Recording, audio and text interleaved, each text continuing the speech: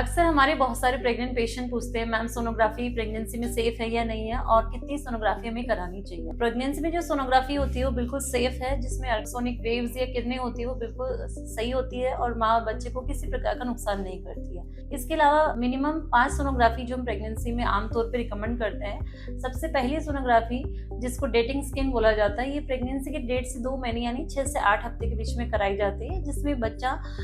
में heart beat है या नहीं है, बच्चा सिंगल है या मल्टीपल तो नहीं है, या बच्चा सही जगह यानी बच्चेदानी में लगा है या कहीं और जगह तो नहीं लगा है। दूसरी सोनोग्राफी, जिसको एंटी एनबी स्कैन किया बोला जाता है, वो प्रेगनेंसी के 11 से 14 हफ्ते यानी कि 3 महीने के करीब किया जाता है, जिसमें ये देखा जाता है कि बच्चे में कोई आनुवंशिक विकार तो नहीं है। इसके अलावा सबसे इम्पोर्टेंट सोनोग्राफी, थर्ड सोनोग्राफी, जिसको लेवल 2 एनोमली स्कैन या सामान्य भाषा में कलर सोनोग्राफी कहा जाता है, जिसमें बच्चे का पूरा हेड टू टो एग्जामिन किया जाता है कि बच्चे में सभी जो अंग है वो सही तरीके से बने या नहीं बने, कोई विकार तो उनमें नहीं है, और ये बहुत जरूरी सोनोग्राफी होती है। इसके अलावा चौथी सोनोग्राफी, जो प्रेगनेंसी की 28 से 32 हफ्ते यानी 7 माह के करीब की जाती है, जिसमें बच्चे का ओवरऑल विकास, ग्रोथ, उसके आसपास फ्लूइड ठीक है या नहीं है देखा जाता है। और लास्ट में प्रेगनेंसी के 8.5-9 महीने करीब यानी 36 वीक से ऑनवर्ड्स जो सोनोग्राफी कराई जाती है, उसमें भी बच्चे का विकास, उसकी ग्रोथ, उसके आसपास फ्लूइड, प्लेसेंटा के लोकेशन, ये सब देखा जाता है कि बच्चा सीधा है या उल्टा है, उसकी डिलीवरी नॉर्मल पॉसिबल है या नहीं है।